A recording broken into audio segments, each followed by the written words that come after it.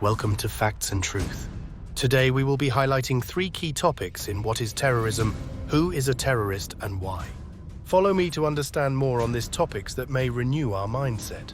Remember, we are not biased or supportive to any person or any organization. We are just stating the facts. Subscribe, share, and like for more videos to come.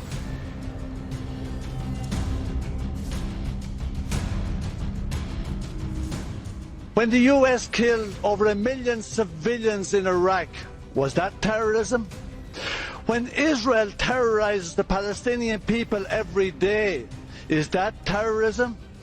When France and the UK and others armed the Saudi UAE to commit genocide in Yemen, where the UN said that over 400,000 are dead and 16 million are starving because of a genocide being carried out with the support of the US, the UK, France and several European states, is that terrorism?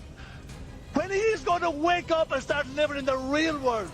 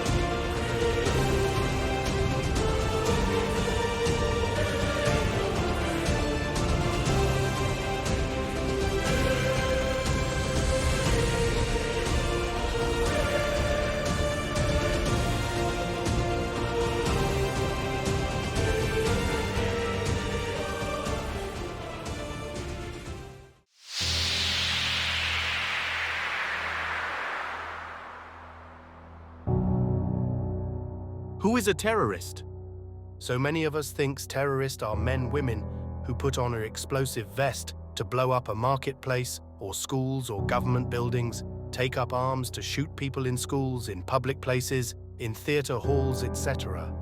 Some part of the world, they called them gunman, but some parts, a terrorist. Terrorism are often carried out by political ideologies, power grab and control. There was a quote in a movies, "We come in, create chaos.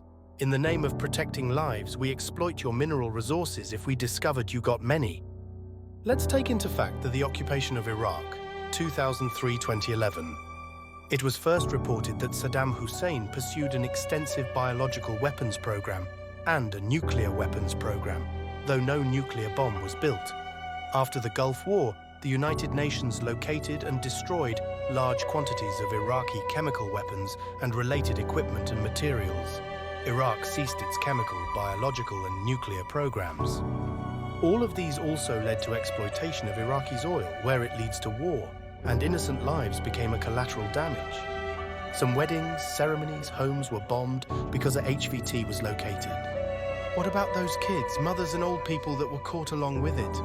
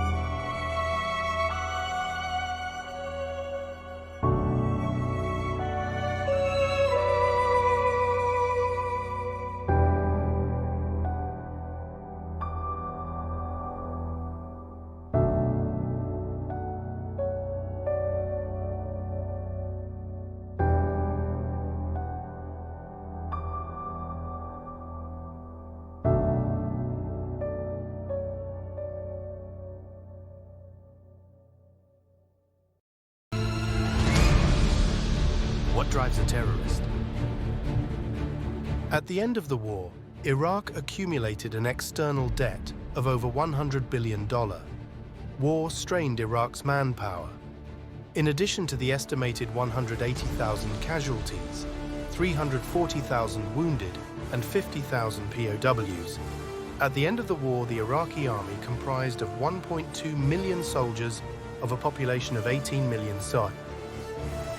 180,000 casualties, over $100 billion debt, 340,000 wounded and 50,000 POWs. One would expect the rise of explosive vest. Dangerous weapons on the wrong hands. 180,000 casualties, 340,000 wounded, and 50,000 POWs got families. I was looking for the opposite and equal reaction to say that Iraqis don't receive occupiers with flowers. Muntadar al-Zaidi, the journalist, told CBS News, adding that he staged his protest to oppose this arrogant killer and out of loyalty to the Iraqi martyrs killed by American occupation soldiers. There are more similar stories to that of the Iraqi people. What about the invasion of Libya? The invasion of Georgia in 2008? The invasion of Ukraine? The insurgencies in Middle East and Africa? All these leaves are worrying wounds to the bereaved and tends to increase delusional and intimidated children's adults with fire and anger. My message to you today is let's stop terrorism at the top and control it at the bottom. Our next topic will be who is more a family to you? In summary, this is a story about a young Syrian male aged 32 who lost his father, mother, 2 uncles and aunts, 4 kids with his wife, and his home in a devastated bombing attack. Thank you for watching. Subscribe for more facts and truth messages.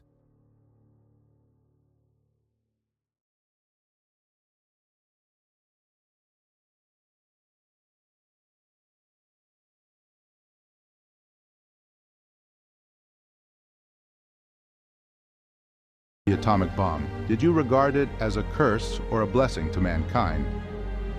Well, I thought it was a blessing. I thought it could be used and made a blessing.